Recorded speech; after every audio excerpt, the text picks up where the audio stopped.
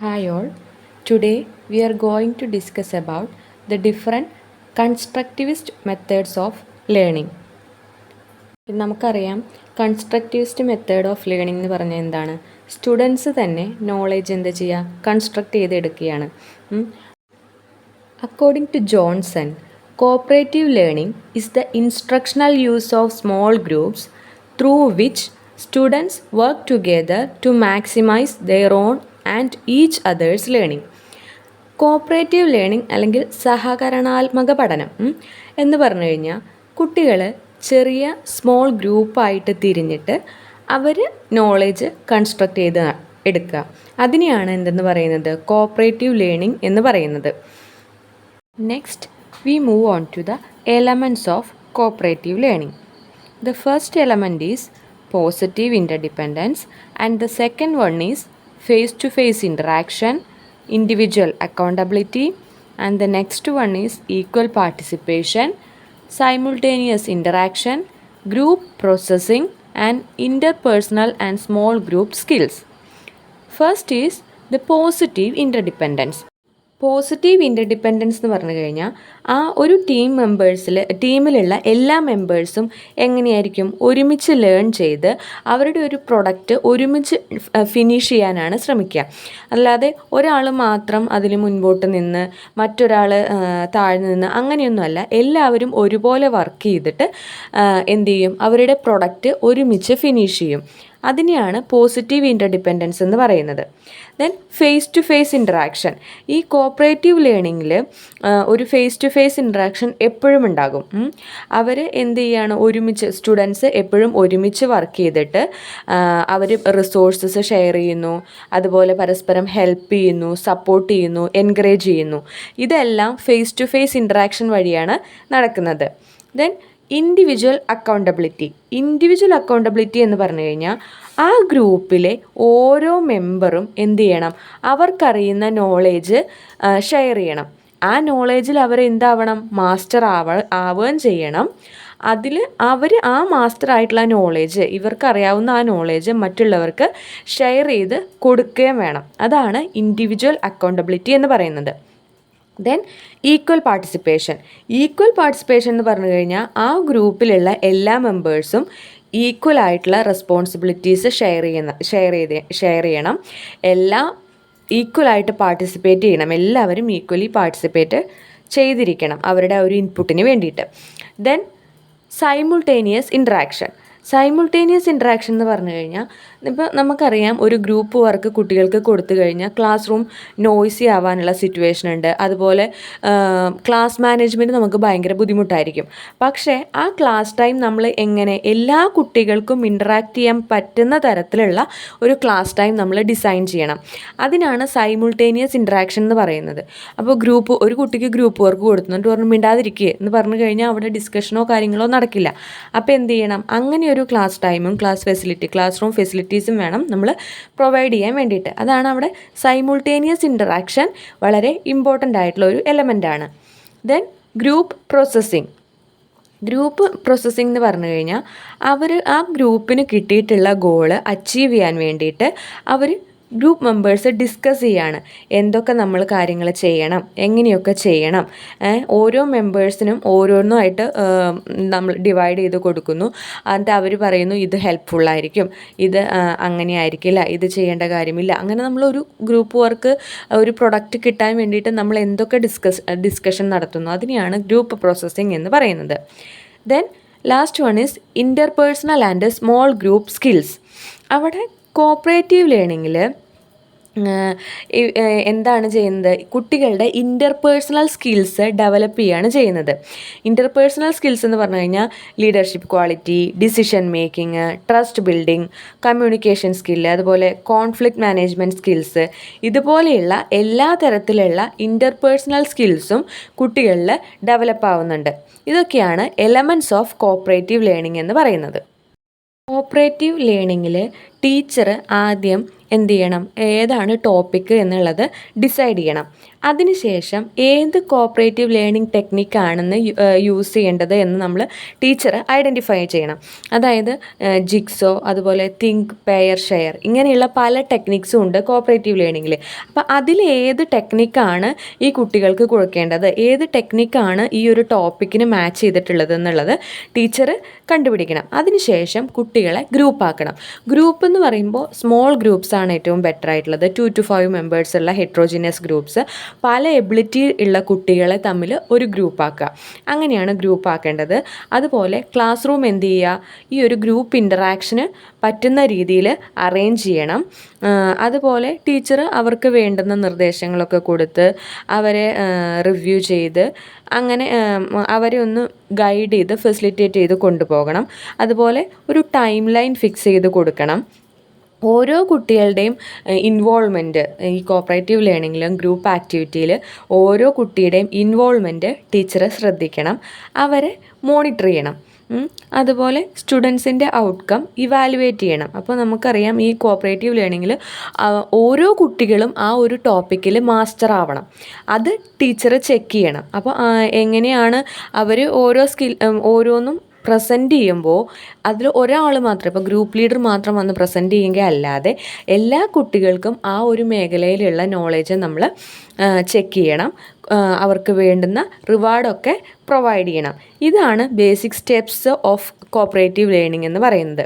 അപ്പോൾ ഈ കോപ്പറേറ്റീവ് ലേണിങ്ങിൽ ടീച്ചറുടെ റോള് എന്ന് പറയുന്നത്, ടീച്ചർ ഒരു ഗ്രൂപ്പിംഗ് ഓഫ് സ്റ്റുഡൻസ്, അതായത് സ്റ്റുഡൻസിൻ്റെ ഗ്രൂപ്പിംഗ് ടീച്ചറാണ് നടത്തുക. അതുപോലെ ടീച്ചർ ഒരു ഫെസിലിറ്റേറ്ററാണ്, ഒബ്സർവറാണ്, ഗൈഡാണ്. അതുപോലെ വാല്യൂ പോയിൻറ്റ്സ് ഡിറ്റർമൈൻ ചെയ്യുന്നതും ടീച്ചറാണ്. Then merits of cooperative learning. It increases the student motivation and peer support.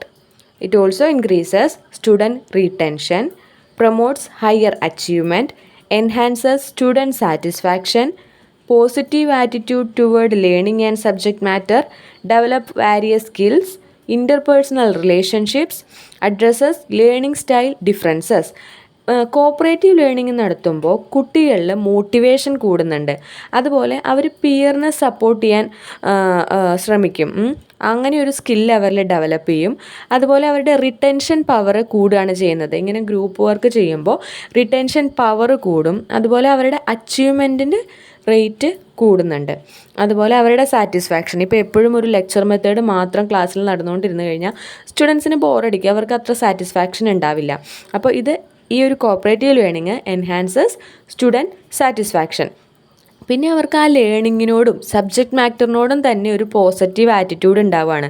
കാരണം എന്താണ്, അവരാണ് നോളേജ് കൺസ്ട്രക്ട് ചെയ്യുന്നത്. ടീച്ചർ ഇങ്ങനെ പറഞ്ഞു കൊടുക്കല്ല, അവർ ഡിസ്കസ് ചെയ്ത് തൻ്റെ ഫ്രണ്ട്സിൻ്റെ ഒപ്പം ഇരുന്നിട്ട് ആ ഒരു നോളേജ് കൺസ്ട്രക്ട് ചെയ്ത് എടുക്കുമ്പോൾ ആ ലേണിങ്ങിനോടും സബ്ജക്റ്റ് മാറ്ററിനോടും അവർക്കൊരു പോസിറ്റീവ് ആറ്റിറ്റ്യൂഡ് ഉണ്ടാവും. പിന്നെ പലതരത്തിലുള്ള സ്കിൽസ് ലൈക്ക് കമ്മ്യൂണിക്കേഷൻ സ്കിൽസ്, പിന്നെ interpersonal skills, problem solving skills, critical thinking, ഇതെല്ലാം ഡെവലപ്പ് ചെയ്യുന്നുണ്ട്. അതുപോലെ ഇൻ്റർപേഴ്സണൽ റിലേഷൻഷിപ്പും കുട്ടികൾക്കിടയിൽ ഉണ്ടാക്കാൻ ഏറ്റവും നല്ലൊരു മെത്തേഡാണ് കോപ്പറേറ്റീവ് ലേണിംഗ് എന്ന് പറയുന്നത്. അതുപോലെ ഇപ്പോൾ നമ്മൾ പറഞ്ഞു ടീച്ചേഴ്സ് ഗ്രൂപ്പ് ചെയ്യുമ്പോൾ, കുട്ടികളെ ഗ്രൂപ്പ് ചെയ്യുമ്പോൾ ഡിഫറെൻറ്റ് എബിലിറ്റിയുള്ള കുട്ടികളെയാണ് ഒരുമിച്ച് ഗ്രൂപ്പ് ചെയ്യുന്നത്. അപ്പോൾ അവിടെ ഡിഫറെൻറ്റ് ലേണിംഗ് സ്റ്റൈൽസിലുള്ള കുട്ടികളെയും നമ്മൾ അഡ്രസ്സ് ചെയ്യുന്നുണ്ട്. അതായത് ഒരു ലേണിംഗ് സ്റ്റൈലുള്ളവരെ മാത്രം ഒരു ഗ്രൂപ്പ് ആക്കുകയല്ല ചെയ്യുന്നത്, പല ലേണിംഗ് സ്റ്റൈലുള്ള കുട്ടികളെയും ഒരു ഗ്രൂപ്പ് ആക്കുകയാണ് ചെയ്യുന്നത്. അപ്പോൾ ഡിഫറെൻ്റ് ആയിട്ടുള്ള ലേണിംഗ് സ്റ്റൈലിനെ നമ്മളവിടെ അഡ്രസ്സ് ചെയ്യുന്നുണ്ട്. These are the merits of cooperative learning. Then demerits of cooperative learning. As usual it's A time consuming method. Then teacher must receive special training and less control over the learner. Suitable classroom environment is needed and the classroom will be noisy. അതായത് എപ്പോഴും cooperative learning എന്ന് പറയുമ്പോൾ നമ്മൾ പറഞ്ഞു കുട്ടികളെ ഗ്രൂപ്പാക്കി തിരിച്ചിട്ടുള്ള ഒരു learning ടെക്നിക്കാണ്. അപ്പോൾ അത് എങ്ങനെ പോയാലും ടൈം കൺസ്യൂമിങ് ആയിട്ടുള്ള ഒരു മെത്തേഡാണ്. നമ്മുടെ ഡെയിലി ക്ലാസ് അവേഴ്സ് കൊണ്ടൊന്നും തീരാത്ത ഒരു മെത്തേഡായിരിക്കും ഈ കോപ്പറേറ്റീവ് ലേണിംഗ് എന്ന് പറയുന്നത്.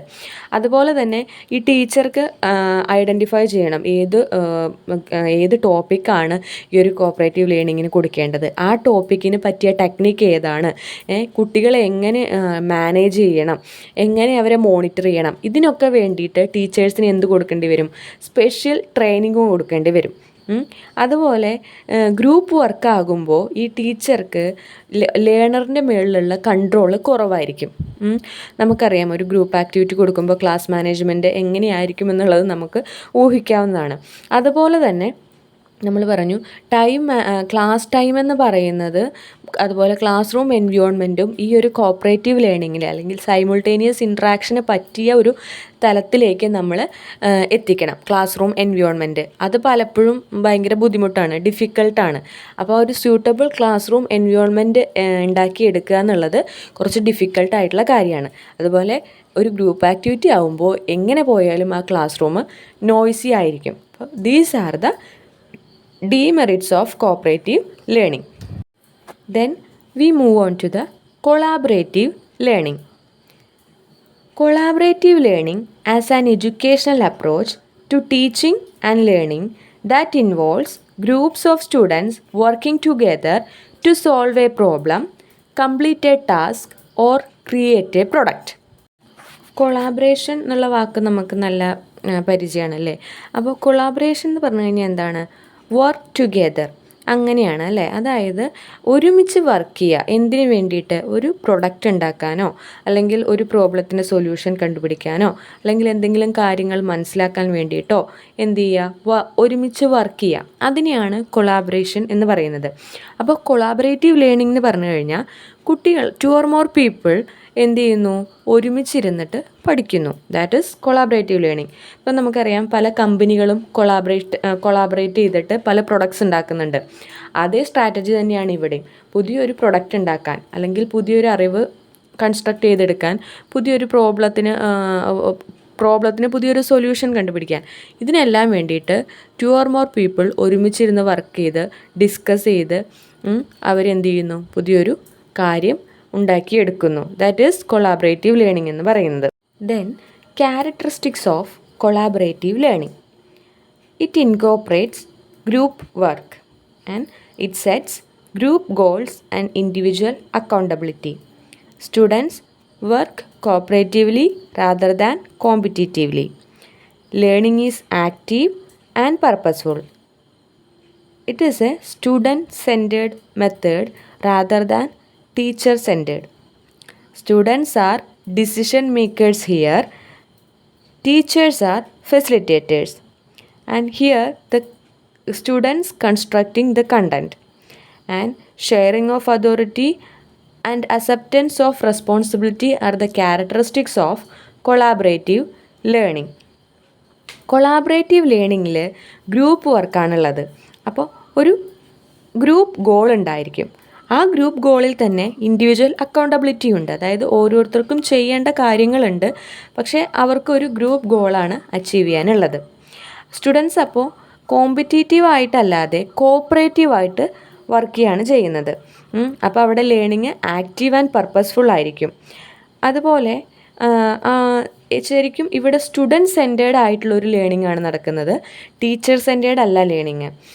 ഇവിടെ സ്റ്റുഡൻസ് ആണ് decision makers, teachers just facilitators മാത്രമാണ്.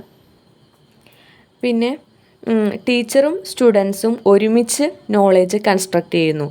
അതായത് സ്റ്റുഡൻസ് ഡിസിഷൻ മേക്കേഴ്സാണ്. അപ്പോൾ അവർ എടുക്കുന്ന ഓരോ കാര്യങ്ങളും അവർ കണ്ടുപിടിക്കുന്ന കാര്യങ്ങളെല്ലാം ജസ്റ്റ് ടീച്ചേഴ്സ് ഫെസിലിറ്റേറ്റ് ചെയ്ത് ടീച്ചേഴ്സും സ്റ്റുഡൻസും ഒരുമിച്ച് നോളേജ് കൺസ്ട്രക്റ്റ് ചെയ്യുന്നു.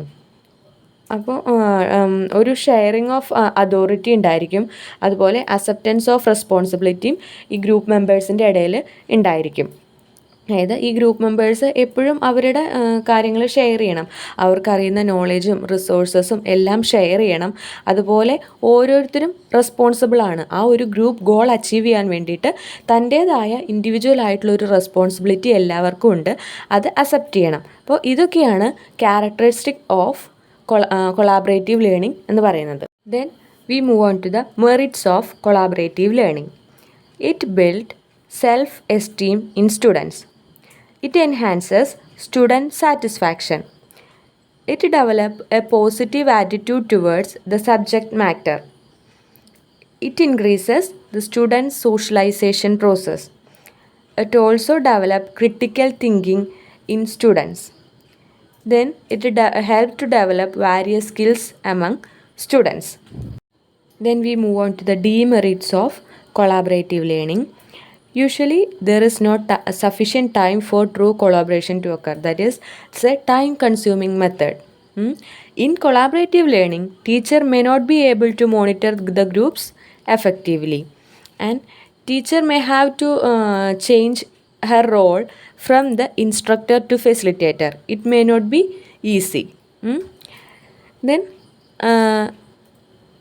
meeting individual differences are not easy in collaborative classroom. Okay, these are the common demerits of collaborative learning. ഇനി നമുക്ക് കോപ്പറേറ്റീവ് ലേണിങ്ങിനെ കുറിച്ചും കൊളാബറേറ്റീവ് ലേണിങ്ങിനെ കുറിച്ചും പ്രീവിയസ് ഇയറിൽ ചോദിച്ച ഒരു 2 ക്വസ്റ്റ്യൻസ് നോക്കാം. അപ്പോൾ നിങ്ങൾക്ക് അതിനെക്കുറിച്ച് ഒരു ഐഡിയ കിട്ടും എങ്ങനെയാണ് ക്വസ്റ്റ്യൻസ് വരുന്നത് എന്നുള്ളത്. So first question is, according to Vygotsky, what type of learning strategies are to be provided to the learners for constructing knowledge? അപ്പോൾ അതിൽ തന്നെ ഓപ്ഷൻ ഉള്ളത് collaborative learning, direct instruction, individual project, simulation. ഇതാണ് 4 options എന്ന് പറയുന്നത്. അപ്പോൾ അതിൽ നിന്ന് നമുക്ക് മനസ്സിലാക്കാം collaborative learning is the answer. Then second question എന്ന് പറയുന്നത്, a strategy of teaching and learning in which students team together work to explore a significant project. അപ്പോൾ അതിലും എന്തുണ്ട്, ഓപ്ഷൻസ് നോക്കണം. Individualized learning, cooperative learning, seminar presentation and social drama. അപ്പോൾ നമുക്കറിയാം അല്ലേ ഏതായിരിക്കും ആൻസർ എന്ന് പറയുന്നത് കോപ്പറേറ്റീവ് ലേണിംഗ് ആയിരിക്കും. അപ്പോൾ ഇങ്ങനെയാണ് അവിടെ ഈ ഭാഗത്തു നിന്ന് ക്വസ്റ്റ്യൻസ് വരുന്നത്. Now we move on to the next method of constructivist learning. It is peer tutoring. Peer means someone belonging to the same group. Peer tutoring is a teaching relationship between 2 or more students in a group where one of the students act as a tutor for the others. According to Goodland and Hearst, peer tutoring is the system of instruction in which learners help each other and learn by teaching. Peer tutoring എന്ന് പറഞ്ഞു കഴിഞ്ഞാൽ നമുക്ക് ഏറ്റവും പരിചിതമായ ഒന്നാണ്. കാരണം peer എന്ന് പറയുന്ന ഒരു വാക്കിൻ്റെ മീനിങ് തന്നെ same age group or same group എന്നുള്ളതാണ്. അപ്പോൾ സെയിം ഗ്രൂപ്പിലുള്ള 2 കുട്ടികൾ അല്ലെങ്കിൽ 2 അതിലധികമോ കുട്ടികൾ എന്ത് ചെയ്യുന്നു, ഒരുമിച്ചിരുന്ന് പഠിക്കുന്നു. നമ്മളൊക്കെ എക്സാമിൻ്റെ ടൈമിൽ ചെയ്യൂലേ, അതുവരെ പിന്നെ നമ്മൾ പഠിക്കില്ലല്ലോ. അപ്പോൾ എക്സാമിൻ്റെ ടൈമിൽ നമ്മൾ എന്ത് ചെയ്യും, ഫ്രണ്ട്സൊക്കെ കൂടി ഇരുന്നിട്ട് ഭയങ്കര ഡിസ്കഷനായിരിക്കും. എക്സാമിൻ്റെ ഹാളിൽ കയറുന്നതിന് മുമ്പ് നമ്മുടെ ഫ്രണ്ട് വന്നിട്ട് നമുക്ക് പറഞ്ഞു തരും. അത് തന്നെയാണ് പിയർ ട്യൂട്ടറിംഗ് എന്ന് പറയുന്നത്. സെയിം ഏജ് ഗ്രൂപ്പിലുള്ള കുട്ടികൾ തമ്മിൽ പരസ്പരം പറഞ്ഞു കൊടുക്കുക. അതിനെയാണ് എന്തെന്ന് പറയുക, പിയർ ട്യൂട്ടറിംഗ് എന്ന് പറയുക. The next is discovery learning. Learners work on their own in a learning environment to gain a better understanding. It is suggested by Jerome S Bruner, an American psychologist. Bruner's major ideas were that learning was an active social process in which students construct new ideas or concepts based on their current knowledge. Discovery learning is an approach to learning in which students work on their own to discover basic principles. Discovery learning എന്ന് പറഞ്ഞു കഴിഞ്ഞാൽ എന്താണ്, കുട്ടികൾ അവരുടെ സ്വന്തമായിട്ടുള്ളൊരു learning എൻവയോൺമെൻറ്റിൽ work ചെയ്യുക. എന്തിനു വേണ്ടിയിട്ട്, ഒരു ബെറ്റർ അണ്ടർസ്റ്റാൻഡിങ്ങിന് വേണ്ടിയിട്ട്. അതായത് അവർ സ്വയം ഡിസ്കവർ ചെയ്യുക നോളേജ്. അതിനെയാണ് ഡിസ്കവറി ലേണിംഗ് എന്ന് പറയുന്നത്. ഇത് ഡെവലപ്പ് ചെയ്തെടുത്തത് ജെറോം എസ് ബ്രൂണറാണ്. അപ്പോൾ ഇദ്ദേഹം പറയുന്നത് എന്താണെന്ന് വെച്ച് കഴിഞ്ഞാൽ, ഇതൊരു ആക്റ്റീവ് സോഷ്യൽ പ്രോസസ്സാണ് ലേണിംഗ് എന്ന് പറയുന്നത്. അവിടെ സ്റ്റുഡൻസ് അവരുടെ കറണ്ട് നോളേജിൽ നിന്നും പുതിയ ഐഡിയാസും കൺസെപ്റ്റ്സും ഒക്കെ കൺസ്ട്രക്റ്റ് ചെയ്ത് എടുക്കുകയാണ് ചെയ്യുന്നത്. ഇപ്പോൾ ഒരു എക്സാമ്പിൾ പറയുകയാണെങ്കിൽ, ഒരു സയൻസ് ടീച്ചർ എന്ത് ചെയ്യും, ഒരു ഡെമോൺസ്ട്രേഷൻ നടത്തും. അതായത് ആദ്യമായിട്ട് ഒരു ബ്രീഫ് ഡെമോൺസ്ട്രേഷൻ നടത്തുകയാണ്. എങ്ങനെയാണ് ഇൻറ്റൻസിറ്റി, ലൈറ്റിൻ്റെ ഇൻറ്റൻസിറ്റിക്ക് അനുസരിച്ച് കളറ് വാരി ചെയ്യുന്നത്, അതിനെക്കുറിച്ചൊരു ബ്രീഫ് ഡെമോൺസ്ട്രേഷൻ ആ സയൻസ് ടീച്ചർ നടത്തി. അതിനുശേഷം കുട്ടികളോട് പറയുകയാണ് ഈ ഒരു ലൈറ്റിൻ്റെ ഇൻറ്റൻസിറ്റിയും ഈ കളർ പെർസെപ്ഷനും തമ്മിലുള്ള റിലേഷൻഷിപ്പ് മനസ്സിലാക്കാൻ വേണ്ടിയിട്ട് നിങ്ങൾക്ക് സ്വന്തമായിട്ട് എന്ത് ചെയ്യാം, ഒരു എക്സ്പെരിമെൻറ്റ് ഡിസൈൻ ചെയ്യാൻ പറയുകയാണ്. അതിനെയാണ് എന്തെന്ന് പറയുന്നത്, ഡിസ്കവറി ലേണിംഗ് എന്ന് പറയുന്നത്. അപ്പോൾ ഈ ഡിസ്കവറി ലേണിങ്ങിൽ ഒരു ബേസിക് പ്രിൻസിപ്പിൾ അവർക്കറിയാം, കുട്ടികൾക്കറിയാം. അത് വെച്ചിട്ട് അവരെന്ത് ചെയ്യാണ്, നോളേജ് കൺസ്ട്രക്റ്റ് ചെയ്ത് എടുക്കുകയാണ് ചെയ്യുന്നത്. പുതിയ പുതിയ കൺസെപ്റ്റും ഐഡിയാസും അവർ കണ്ടുപിടിക്കുന്നു. ഇതിനെയാണ് ഡിസ്കവറി ലേണിംഗ് എന്ന് പറയുന്നത്. The next method is brainstorming. It is a method for creative problem solving. It is developed by Alex Osborn in 1939. It is an idea generating technique. It works by focusing on a problem and then deliberately coming up with as many as solutions as possible and by pushing the ideas as far as possible. Brainstorming involves generating ideas and sharing knowledge, in which learners are encouraged to think individually and collectively without interruption. Brainstorming എന്ന് പറഞ്ഞു കഴിഞ്ഞാൽ ഇതൊരു creative problem solving ആണ്. Develop ചെയ്തത് Alex Osborne ആണ്. അപ്പോൾ ഇതൊരു idea generating ടെക്നിക്കാണ്. അപ്പോൾ ഈ ബ്രെയിൻ സ്റ്റോമിംഗ് ടെക്നിക്കിൽ കുട്ടികൾക്കൊരു പ്രോബ്ലം കൊടുത്തു കഴിഞ്ഞ് കഴിഞ്ഞാൽ അവരെന്ത് ചെയ്യാണ്, ആ പ്രോബ്ലത്തിന് പോസിബിളായിട്ടുള്ള എല്ലാ സൊല്യൂഷൻസും അവർ കണ്ടുപിടിക്കുന്നു. അപ്പം പല പല ഐഡിയാസ്, പുതിയ പുതിയ സൊല്യൂഷൻസ് എല്ലാം അവർ കണ്ടുപിടിക്കുകയാണ് ചെയ്യുന്നത്. അതിനുശേഷം അതിൽ നിന്നെല്ലാം കൂടി അവരെന്ത് ചെയ്യുന്നു, ഒരു സൊല്യൂഷനിലേക്ക്, ഒരു ഫൈനൽ സൊല്യൂഷനിലേക്ക് എത്തുകയാണ് ചെയ്യുന്നത്. It is simply the brain storming method. അതായത് ഒരു പ്രോബ്ലം കുട്ടികൾക്ക് കൊടുക്കുന്നു. ഇപ്പോൾ എന്തെങ്കിലും ഒരു എൻവയോൺമെൻറ്റൽ ഇഷ്യൂ, ഇപ്പോൾ ഒരു സോയിൽ പൊല്യൂഷൻ എന്ന് പറയുന്ന ഒരു ഇഷ്യൂ അവർക്ക് കൊടുക്കുകയാണെങ്കിൽ അതിനെ റിഡ്യൂസ് ചെയ്യാം, എങ്ങനെ നമുക്ക് സോയിൽ പൊല്യൂഷൻ റിഡ്യൂസ് ചെയ്യാം, അതാണ് നമ്മൾ അവർക്ക് കൊടുക്കുന്ന ഒരു പ്രോബ്ലം എന്ന് വിചാരിക്കുക.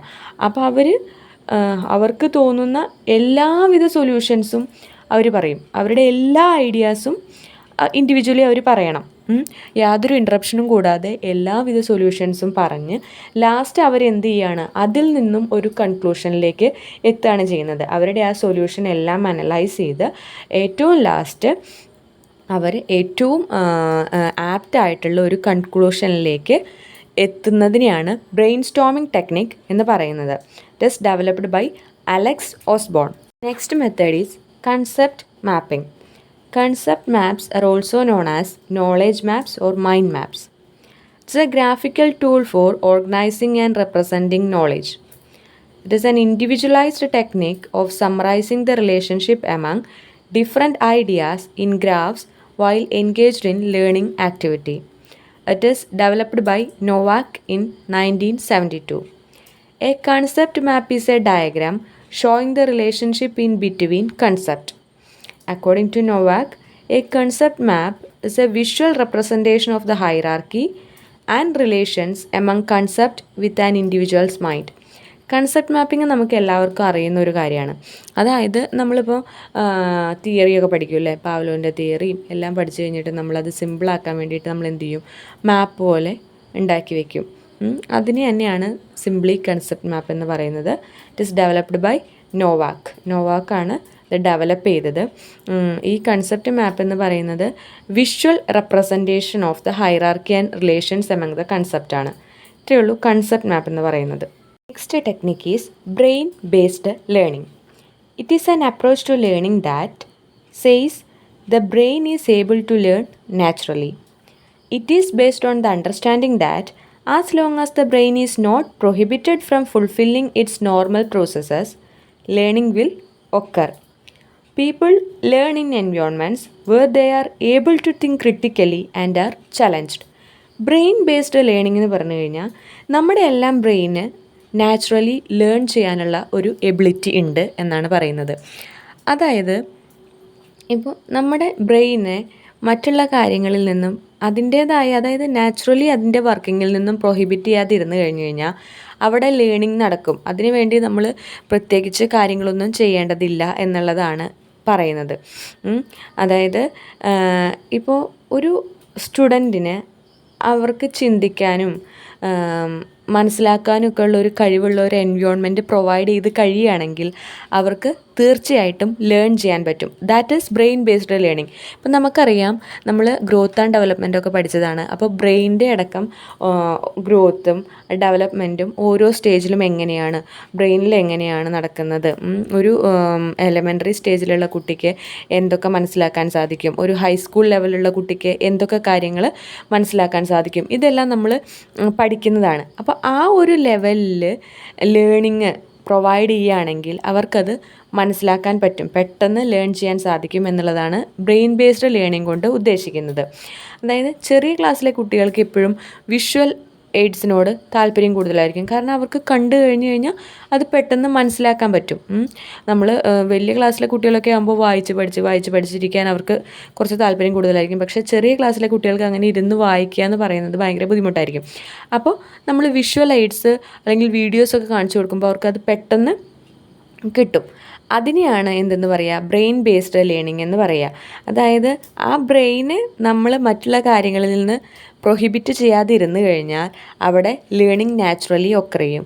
അതായത് കുട്ടിയുടെ ഇമോഷൻസ്, അവൻ്റെ എൻവയോൺമെൻറ്റ്, മെമ്മറി, ഇതെല്ലാം ലേണിങ്ങിനെ അഫക്റ്റ് ചെയ്യുന്നുണ്ട്. അപ്പോൾ അങ്ങനെയൊരു കൺസെപ്റ്റാണ് ബ്രെയിൻ ബേസ്ഡ് ലേണിംഗ് എന്ന് പറയുന്നത്.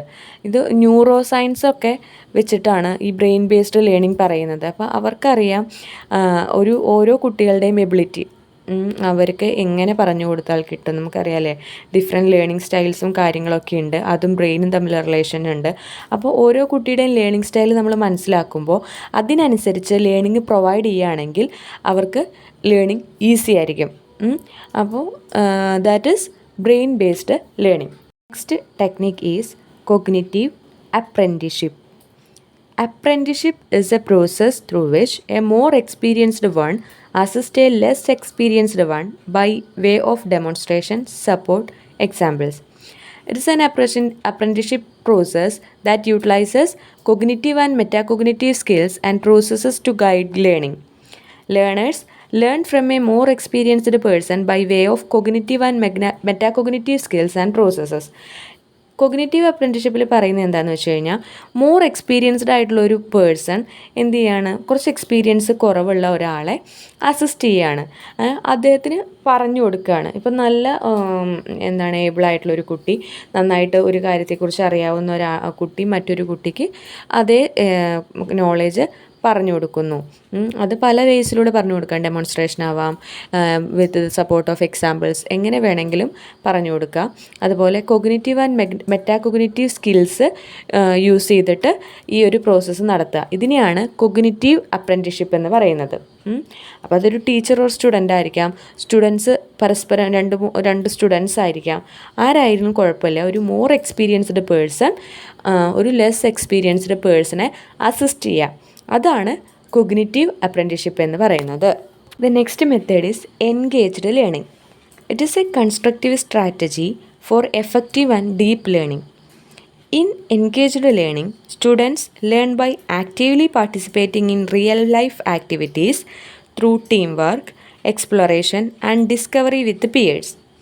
It is based on the principle that students learn more and more deeply when they are actively involved in their learning and when they have opportunities to apply and assess what they are learning in different settings. അപ്പോൾ engaged learning എന്ന് പറഞ്ഞു കഴിഞ്ഞാൽ കുട്ടികൾ real life ആക്ടിവിറ്റീസിൽ participate ചെയ്തുകൊണ്ട് learn ചെയ്യുക. അതിനെയാണ് engaged learning എന്ന് പറയുക. അപ്പോൾ ഒരു എക്സാമ്പിൾ പറയുകയാണെങ്കിൽ, നമുക്ക് ഇപ്പോൾ ഒരു കോളനിയൊക്കെ എടുക്കുകയാണ്. അവിടെ വേസ്റ്റ് മാനേജ്മെൻറ്റ് എന്ന് പറയുന്നത് വളരെ ഡിഫിക്കൽട്ടായിട്ടുള്ളൊരു പ്രോബ്ലം ആയിരിക്കും വേസ്റ്റ് മാനേജ്മെൻറ്റ്. അപ്പോൾ അത് ക്ലാസ്സിലിരുന്ന് ഇങ്ങനെ ടീച്ചർ ലെക്ചർ മെത്തേഡ് വഴി പറഞ്ഞു കൊടുക്കുകയാണ് ഒരു കുട്ടിക്ക്, കോളനിയിൽ അങ്ങനെയാണ്, വേസ്റ്റ് മാനേജ്മെൻറ്റ് പോസിബിൾ അല്ല. അപ്പോൾ അങ്ങനെയൊക്കെ പറയുമ്പോൾ അതവൻ വായിച്ച് മനസ്സിലാക്കുന്നേ ഉള്ളൂ. അതവൻ കാണുകയോ അവിടുത്തെ പ്രോബ്ലംസ് എന്താണെന്ന് എക്സ്പീരിയൻസ് ചെയ്യുകയോ ചെയ്തിട്ടില്ല. അപ്പോൾ അതിന് പകരമായിട്ട് ആ കുട്ടി അവിടെ പോയി അവിടുത്തെ റിയൽ ലൈഫ് സിറ്റുവേഷൻസ് കാണുകയും മനസ്സിലാക്കുകയും ചെയ്യുമ്പോൾ അവർക്ക് എന്ത് ചെയ്യാൻ പറ്റും, അവിടെ പല പല ടെക്നിക്ക് എങ്ങനെയൊക്കെ ഇവിടെ വേസ്റ്റ് മാനേജ് ചെയ്യാം, സയൻറ്റിഫിക് വേയിൽ എങ്ങനെയൊക്കെ അവിടുത്തെ വേസ്റ്റ് പ്രോസസ്സ് ചെയ്യാൻ പറ്റും, ഇതൊക്കെ അവരെന്ത് ചെയ്യും, കണ്ടുപിടിക്കും. അങ്ങനെ പല പല ഐഡിയാസ് അവർ ഉണ്ടാക്കുകയാണ് ചെയ്യുന്നത്. അപ്പോൾ അതൊരു ക്ലാസ് റൂമിൻ്റെ ഉള്ളിലിരുന്ന് അവർ ഉണ്ടാക്കിയെടുക്കുന്ന ഒരു കൺസ്ട്രക്റ്റ് ചെയ്യുന്ന ആ ഒരു നോളേജും അവർ ആക്റ്റീവ്ലി റിയൽ ലൈഫ് ആക്ടിവിറ്റീസിൽ പാർട്ടിസിപ്പേറ്റ് ചെയ്തുകൊണ്ട് അവർ ജനറേറ്റ് ചെയ്തെടുക്കുന്ന നോളേജും തമ്മിൽ എന്തുണ്ട്, ഡിഫറൻസ് ഉണ്ട്. That is engaged learning. Students learn by actively participating in real life activities through team work, exploration and discovery with the peers. The next technique is reciprocal teaching. It is a constructivist model of learning designed to develop in the learner the ability to comprehend a reading passage. It is characterized as a dialogue taking place between the teacher and students that result in learning how to construct meaning when they are placed in a reading situation. It is developed by Palinsker in 1982. Palinsker refers reciprocal teaching to an instructional activity that takes place in the form of a dialogue between teachers and students in which participants takes turns assuming the role of teacher. Reciprocal teaching എന്ന് പറഞ്ഞു കഴിഞ്ഞാൽ അതായത് ഒരു ടീച്ചറും ഒരു സ്റ്റുഡൻറ്റും തമ്മിലുള്ള dialogues, അതിനിടയിൽ നടക്കുന്ന ലേണിങ്, അല്ലെങ്കിൽ അവർ അങ്ങനെ ഒരു സിറ്റുവേഷനിലിരിക്കുമ്പോൾ ഉള്ളൊരു നോളജ് കൺസ്ട്രക്റ്റ് ചെയ്യുക, അതിനെയാണ് എന്തെന്ന് പറയുന്നത്, റെസിപ്രോക്കൽ ടീച്ചിങ് എന്ന് പറയുന്നത്. ഡെവലപ്പ് ചെയ്തത് പാലിൻസ്കറാണ്. ഇപ്പം ഫോർ എക്സാമ്പിൾ നമ്മൾ ആൻ ഫ്രാങ്കിൻ്റെ ഡയറിയൊക്കെ വായിച്ചിട്ടുണ്ട് അല്ലേ. അപ്പോൾ ആ ഒരു ബുക്ക് ൻ്റെ പുറകിൽ എന്തുണ്ടായിരിക്കും, ജസ്റ്റ് അതിൻ്റെ ഒരു സമ്മറി പോലെ ഉണ്ടായിരിക്കും. അപ്പോൾ ആ സമ്മറി കുട്ടികൾക്ക് പറഞ്ഞു കൊടുത്തിട്ട് ടീച്ചർ എങ്ങനെ പറയുകയാണ്, ഞാൻ വിചാരിക്കുന്നു ഇത് ശരിക്കും ഒരു കുട്ടി എഴുതിയ ഡയറിയാണ്. അപ്പോൾ ആ കുട്ടികൾ എന്ത് ചെയ്യും, അവരുടേതായ അസംഷൻസ് പറയും, അവർ ക്വസ്റ്റ്യൻസ് ചെയ്യും, അവർ പ്രെഡിക്റ്റ് ചെയ്യും, പല പല കാര്യങ്ങൾ അവർ പ്രെഡിക്റ്റ് ചെയ്യും. അതിനുശേഷം ഇപ്പം നമ്മൾ ചെറിയ കഥകളൊക്കെ പഠിപ്പിക്കുമ്പോൾ അതിൽ നിന്ന് ക്വസ്റ്റ്യൻ ചോദിക്കും, എങ്ങനെ, വൈ, എന്തുകൊണ്ടായിരിക്കാം ഇതിങ്ങനെ സംഭവിച്ചത്, എന്താണ് ഇതിൻ്റെ റീസൺ, ആരായിരിക്കാം, ഹൂ, വാട്ട്, വെൻ, അങ്ങനെയുള്ള ക്വസ്റ്റ്യൻസ് നമ്മൾ കുട്ടികളോട് ചോദിക്കുന്നു. അപ്പോൾ അവരതിനെ ആൻസർ ചെയ്യുന്നു. അപ്പോൾ അവരുടെ പ്രെഡിക്ഷൻ ശരിയാണോന്ന് ലാസ്റ്റ് നമ്മൾ സമ്മറൈസ് ചെയ്യുന്നു. ആ ഒരു മെത്തേഡാണ് റെസിപ്രോക്കൽ ടീച്ചിങ് എന്ന് പറയുന്നത്. ഇവിടെ എന്താ ചെയ്യുന്നത്, ഈ പാർട്ടിസിപ്പൻസും എന്താണ്, ടീച്ചറിൻ്റെ ഒരു റോൾ എടുക്കുന്നു.